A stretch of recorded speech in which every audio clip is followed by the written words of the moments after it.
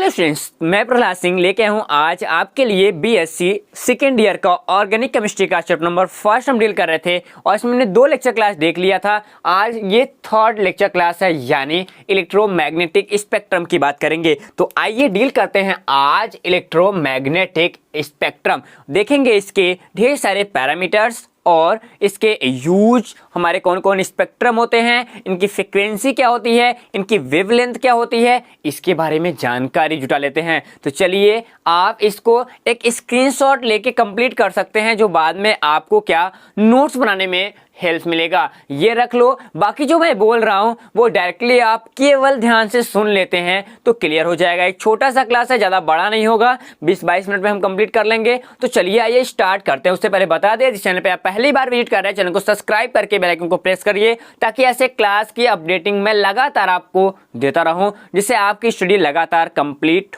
होती रहे। ठीक, तो चलिए आइए नंबर फर्स्ट की बात करते हैं। नंबर फर्स्ट हमारे पास आ जाता है यहाँ से, और देख रहे हैं कॉस्मिक रे की बात करते हैं। कॉस्मिक रे क्या है? कॉस्मिक रे। उससे पहले बता दें स्टूडेंट कि जो इलेक्ट्रोमैग्नेटिक स्पेक्ट्रम होता है वो होता क्या है। देखो, इलेक्ट्रोमैग्नेटिक स्पेक्ट्रम की बात कर रहे हैं, ये क्या है? वैद्युत चुंबकीय तरंग होते हैं। क्या होते हैं? वैद्युत चुंबकीय तरंग होते हैं, जो अलग अलग वेवलेंथ क्या होती है, अलग अलग वेवलेंथ पे चलती हैं। क्या होती है? अलग अलग वेवलेंथ पे चलती हैं, और इनकी फ्रीक्वेंसी अलग अलग होती हैं। तो चलिए आइए नंबर फर्स्ट को डील करते हैं। यहां से हमारे पास आता है नंबर फर्स्ट में कॉस्मिक रे। क्या है? कॉस्मिक रे। कॉस्मिक रे की जो यहाँ पे हम वेवलेंथ की बात करते हैं, वो 10⁻14 -14 मीटर। ध्यान रखना, ये किसमें स्टूडेंट है?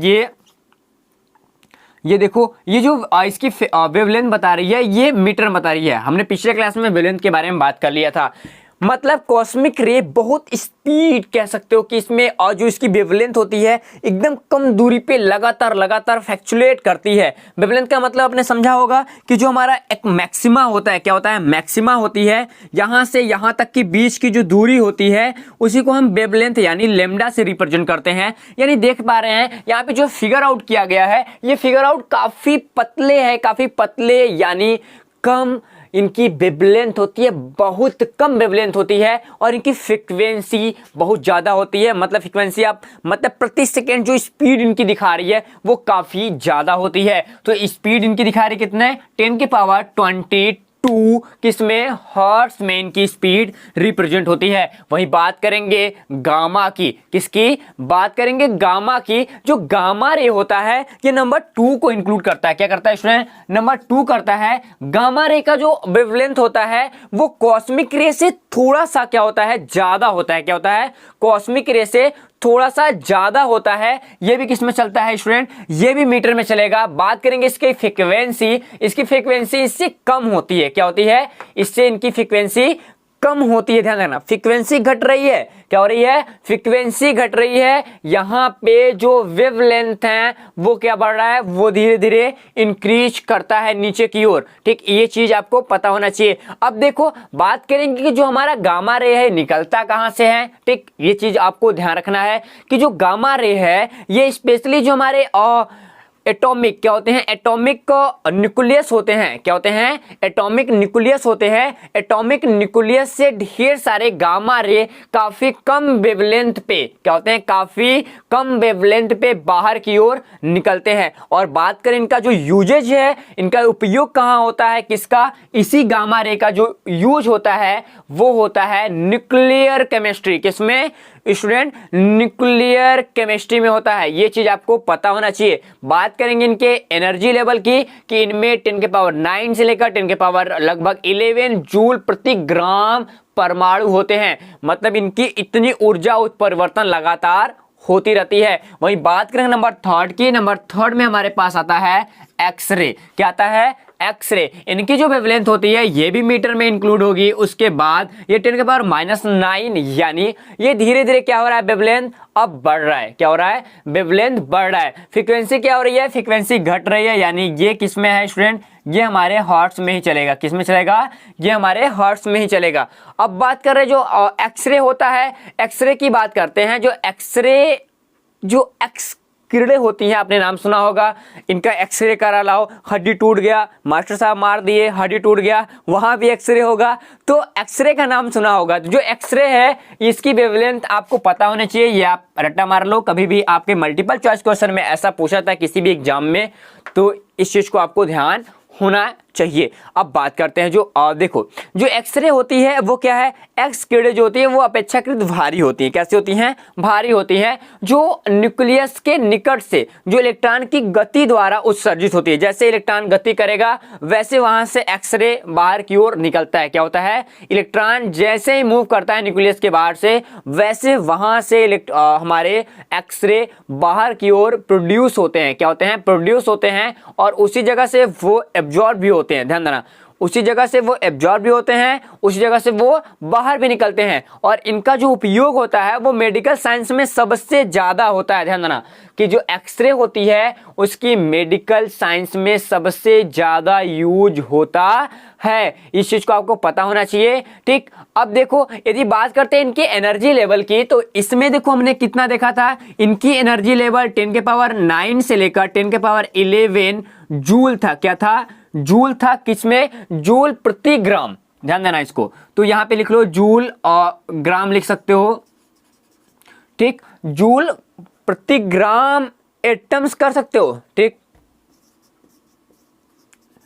एटम। उसके बाद इस वाले की बात कर लेंगे, इसमें होता है 10 के पावर 8। कितना होता है स्टूडेंट? 10 के पावर 8 जूल। तो 10 के पावर 8 जूल ग्राम पर एटम।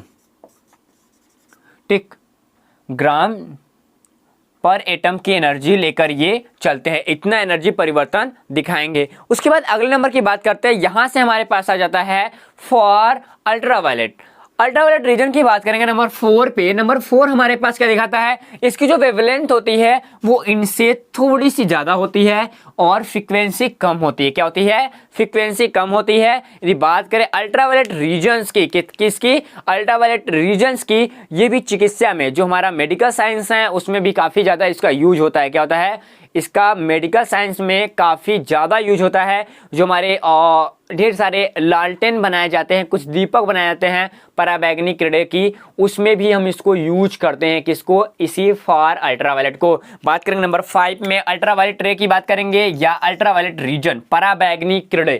ठीक, इनकी देखो फ्रीक्वेंसी दोनों के लगभग बराबर है। ठीक, फार अल्ट्रावायलेट और अल्ट्रावायलेट में ज्यादा अंतर नहीं होता, बट थोड़ा सा उनकी जो फ्रीक्वेंसी है वो लगातार फ्लक्चुएट करती रहती है, इसके बारे में बताता है। यानी जो उनका परास रेट होता है वो थोड़ा सा अलग अलग होता है। क्या होता है? वो थोड़ा सा अलग अलग होता है। ध्यान देना, जो अलग अलग तो है, ये चीज आपको पता होना चाहिए कि ये जो पूरा का पूरा हमारे अल्ट्रावायलेट रे होते हैं, इनका जो फ्लक्चुएट रेट होता है, यानी कह सकते हो तरंग दर परास होता है, वो 10 के पावर 4 इंटू 10 के पावर 7 -7 से माइनस कितना बोले 10 के 4 इंटू 10 के पावर 7 से, ठीक, 8 इंटू 10 के पावर 8 इंटू 10 के पावर 7 तक होता है। इस चीज को आपको पता होना चाहिए, इसमें स्टूडेंट मीटर में। ठीक, अब देखो जो इसका यूज है, किसका?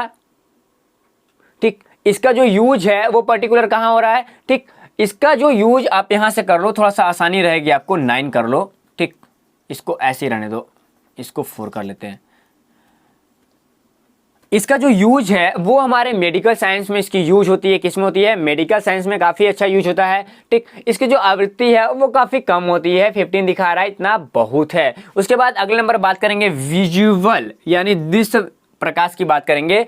जो दृश्य प्रकाश होता है, रीजन्स होते हैं, उनकी बात कर ले, दृश्य किरणें की या दृश्य क्षेत्र की, विजुअल रीजन। देखो जो इस रीजन की बात करेंगे, जिनका तरंग दैर्घ्य होता है, यानी वेवलेंथ की बात करेंगे, जो वेवलेंथ होगा वो हमारे पास दिखाता है 4 इंटू कितना, 4 इंटू 10 के पावर 7 से लेकर 8 इंटू 10 के पावर 7 -7 तक इनका दिखाता है मीटर में। ठीक, ये चीज आपको क्लियर होना चाहिए। अब देखो जब इतना इनका परास दिखाता है, अब ये बात करते हैं इनका उपयोग कहाँ होता है। तो आपने कहीं ना कहीं पढ़ा होगा कैलोरी, क्या? कैलोरीमेट्री।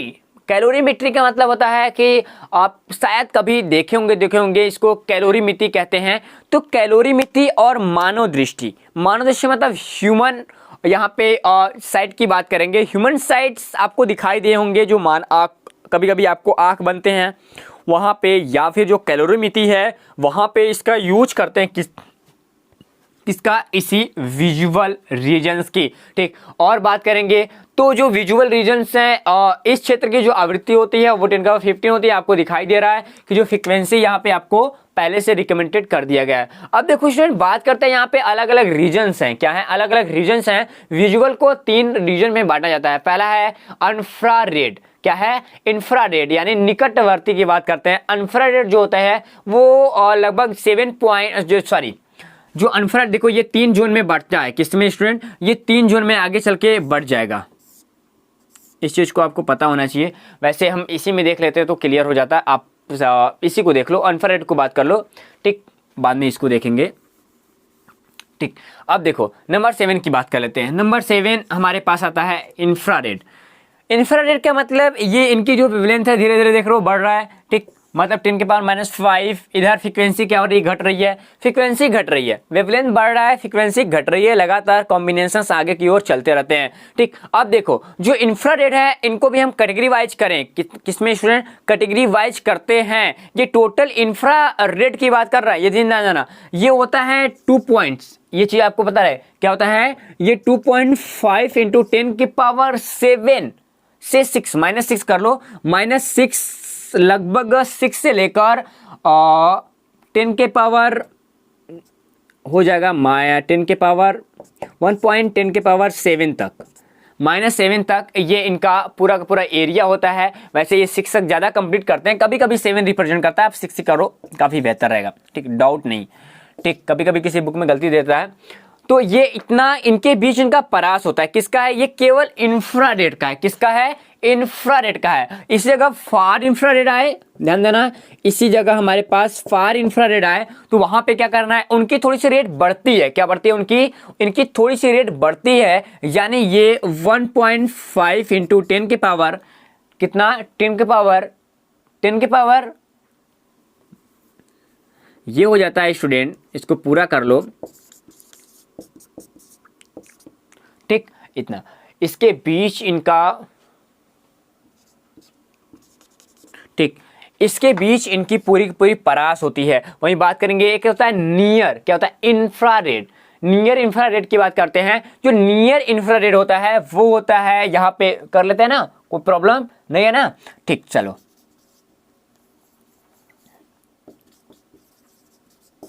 जो नियर इंफ्रारेड होता है वो होता है 0.7। कितना होता है? 0.7 × 10 के पावर -6 मीटर के बीच होता है। ये कभी कभी इंक्लूड करके आगे भी जाता है, 2.6 तक जाता है, -6 मीटर तक जाते हैं। ये लगातार फ्लक्चुएट करते हैं इनके बीच। अब बात करते हैं यूज की, कि यूज होता कहाँ है। ठीक, हमने बताया कि जो इंफ्रारेड है इसका यूज सबसे ज्यादा होता है कहीं, तो वो होता है बॉडी थेरेपी। आपने कैंसर सुना होगा, कैंसर पे और अलग अलग रिसोर्सेज एनालिसिस है, ढेर सारे हमारे परीक्षण हैं, उसके बाद हमारे ढेर सारे उड़ानें होती है, फ्लाइट्स होती हैं, उनमें उनके रडार सिस्टम्स को कंप्लीट करने के लिए किया जाता है। तो इंफ्रारेड का बॉडी थेरेपी और एनालिसिस में ज़्यादा यूज होते हैं। ठीक, इस चीज़ को आपको पता होना चाहिए। वहीं बात करते हैं अगले स्टूडेंट, अगले नंबर की, ये आप कॉपी कर लेते हैं, ये कॉपी कर लो। फिर चलते हैं यहाँ पे माइक्रोवेव्स की। क्या करते हैं स्टूडेंट? माइक्रोवेव्स की बात करते हैं। जो माइक्रोवेव्स होता है यानी जो सूक्ष्म तरंग क्षेत्र होता है, इसकी बात करते हैं। तो आपको दिख रहा है कि 10 के पावर कितना दिख रहा है? 10 के पावर 3 से, यानी लगातार जो वेवलेंथ है वो क्या हो रही है? बढ़ रही है। और यहाँ पे फ्रीक्वेंसी लगातार इनकी डिक्रीज कर रही है। अब देखो जो वेवलेंथ इनकी इंक्रीज कर रही है और यहाँ पे फ्रीक्वेंसी डिक्रीज कर रही है, इसके पीछे रीजन है। यहाँ पे लगातार ये पूरे एरिया घटते बढ़ते, मतलब पहले तो कॉस्मिक रे ऐसे जा रहा था। कैसे? कॉस्मिक रे ऐसे जा रहा था, उसके बाद धीरे धीरे धीरे धीरे लास्ट में जो हमारा यहाँ पे अल्टरनेटिंग करंट्स हैं वो कैसे जाएंगे? वो एकदम स्लो मोशन में जाएंगे। कैसे जाएंगे? एकदम स्लो मोशन में जाएंगे। इसके बारे में बात कर रहा है। ठीक, अब देखो ये बता दिया। अब अगले केस में क्या होता है? अगले केस ये दिखाता है इसका जो माइक्रोवेव्स हैं, माइक्रोवेव्स का पूरा कह सकते हो कि सिस्टम्स कहाँ होती हैं? तो रडार, ध्यान देना, ये दोनों पॉइंट्स कितना, ये नंबर 8 तुमने देख लिया, नंबर 9 और नंबर 10 दोनों मतलब माइक्रोवेव्स और रडार दोनों एक ही चीज है, दोनों एक ही कॉम्बिनेशन से मिलाए जाते हैं। दोनों की बस वेवलेंथ में थोड़ी सी अंतर होती है, बस अलग सिस्टम्स क्रिएट करने के लिए। तो रडार सिस्टम आपने देखा होगा कि हमारे इंडिया में सेना का अलग रडार सिस्टम्स, हमारे मानव संसाधन का अलग, दूरदर्शन का अलग, मतलब अलग अलग सबका नेटवर्किंग होती है, सबके अलग अलग रडार्स होते हैं, जो अलग अलग रडार्स अलग अलग वेवलेंथ, अलग अलग फ्रीक्वेंसी पे काम करते हैं। ठीक, तो ये हो गया। अब देखो स्टूडेंट, इतना तो हमने बात कर लिया इसके बारे में कि ये तो इनके बारे में बता देता है। अब दूरदर्शन, टेलीविजन, नंबर 11 टेलीविजन की बात करते हैं। जो टेलीविजन है वो क्या दिखाता है, उसका जो वेवलेंथ है, क्या है वेवलेंथ है, वो नॉर्मल कंडीशन में आता है। क्या आता है, नॉर्मल कंडीशन में आता है, बट उनकी फ्रीक्वेंसी धीरे धीरे काफी कम हो जाती है, यानी डिक्रीज करती है। ये इंक्रीज करता है और ये क्या करता है, डिक्रीज कर रहा है 10⁸, लगभग 10⁸ जो लाइट की क्या है, लाइट की वेलोसिटी है, उसके लगभग कह सकते हो, उसके लगभग तो नहीं कह सकते, लगभग उसके क्वालिटी जैसी यहाँ पे मेजर होने लगती है। ठीक, अब देखो जो दूरदर्शन है, दूरदर्शन के बारे में हम क्या बताएं आपको, आप जान ही रहे हैं। ठीक, इसमें तो ज़्यादा कुछ कहना है नहीं। वहीं बात करेंगे यहाँ पे 12 की, नंबर 12 न्यूक्लियर मैग्नेटिक, यहाँ पे रेजोनेंस की बात कर रहा है। न्यूक्लियर मैग्नेटिक रेजोनेंस ये बहुत इंपॉर्टेंट चीज है। नाभिकीय चुंबकीय अनुनाद क्षेत्र, मतलब ये क्षेत्र 10 मीटर तरंग दैर्घ्य से कम होता है। क्या होता है, 10 मीटर का एरिया कवर करता है, यानी 10 मीटर मतलब ये लगभग 33 फीट, 33 फीट का एक एरिया कवर करेगा। उसी के बीच इनका पूरा का पूरा सिस्टम्स कंप्लीट होंगे, उसके बाहर इनका कोई भी चुंबकीय क्षेत्र नहीं जाएगा। ठीक, ये चीज आपको पता होना चाहिए। ठीक, अगले नंबर बात करते हैं नंबर 12 की, रेडियो वेव्स। 12 मतलब 13। ठीक, यहाँ पे रेडियो वेव्स की बात कर रहा है। रेडियो वेव्स आप देख पा रहे हैं, आपको पता होगा रेडियो वेव्स के बारे में कि जो रेडियो वेव्स है उनकी तरंगदैर्घ्य तो काफी कम होती है, आपको पता है, और उनकी जो आवृत्ति होती है वो भी काफी कम होती है। ठीक, तो तरंगदैर्घ्य तो बढ़ रही है, यहाँ पे क्या हुआ, तरंगदैर्घ्य तो मीटर में आने लगा कि इतना मीटर का एक लंबा जाएगा, मतलब कि ये जो हमारा मैक्सिमा होगा, यहां से यहां की दूरी जो होगी, हमने न्यूक्लियर वाले में देखा था कितना, ये 10 मीटर दिखा रहा है, मतलब एक तो यहां गिरेगा, दूसरा इसका मैक्सिमा 10 मीटर दूर गिरेगा।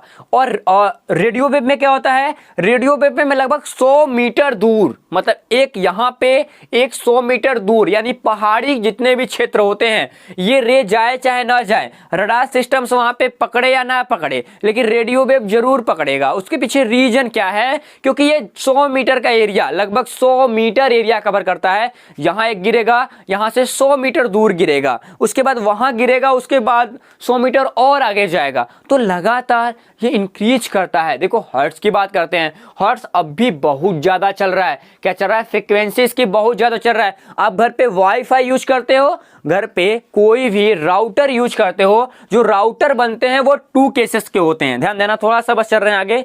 जो राउटर होते हैं वो 2 केसेस के होते हैं। एक होता है 2.4 हर्ट्ज की, कितना होता है, 2.4 हर्ट्ज की होती है। एक होता है 5 हर्ट्ज, क्या होते हैं, एक होता है 5 हर्ट्ज। ये जो 2.4 हर्ट्ज है, ये आपका मोबाइल का जो वाईफाई है वो चलता है। आपका जितना भी एलेक्सा है या फिर गूगल नेक्स्ट है, ये चलते हैं 2.5 नेक्स्ट पे, मतलब हर्ट्ज पे। उसके बाद आपके घर के एलईडी हैं या फिर फैन है या फिर रिमोट है, जो आपके टेलीविजन चलता है, वो सारे के सारे 2.5 यहाँ पे 2.4 हर्ट्ज पे कंप्लीट करते हैं। जो अच्छे ये सिंगल बॉन्ड बैंड वाले हैं, जो डबल बैंड वाले राउटर होते हैं, उनमें 5 हर्ट्ज भी होता है। आपको पता है कि जब 5 हर्ट्ज होगा तो इनकी फ्रीक्वेंसी क्या होगी, थोड़ी सी ज्यादा होगी। क्या होगी, थोड़ी सी इनसे ज्यादा होगी।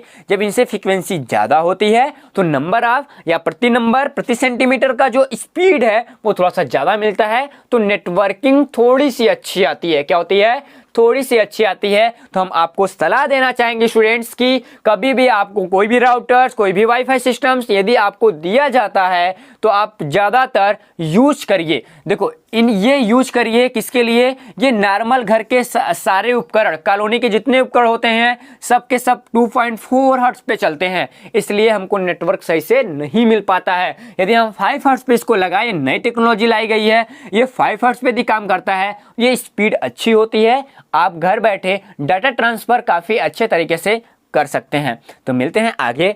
यहाँ पे रेडियो वेव की बात किया, ठीक, इसके बारे में। अब देखो जो रेडियो वेव है वो क्या है, वो ऊर्जा का परिवर्तन तो करेगा, क्या करेगा, इलेक्ट्रॉन का चक्र भी करेगा, ठीक, इसके बारे में। और जो ये इलेक्ट्रॉन का यहाँ पे एनर्जी परिवर्तन दिखाता है, इस चीज को याद रहे, जो इलेक्ट्रॉन का एनर्जी परिवर्तन दिखाता है किसमें स्टूडेंट, इसी की बात कर रहे हैं, रेडियो वेव की। तो यहाँ होता है 0.001 से लेकर कितना, 0.001 से लेकर 10 जूल, कितना, 10 जूल पर ग्राम, 10 जूल यहां पे कर लो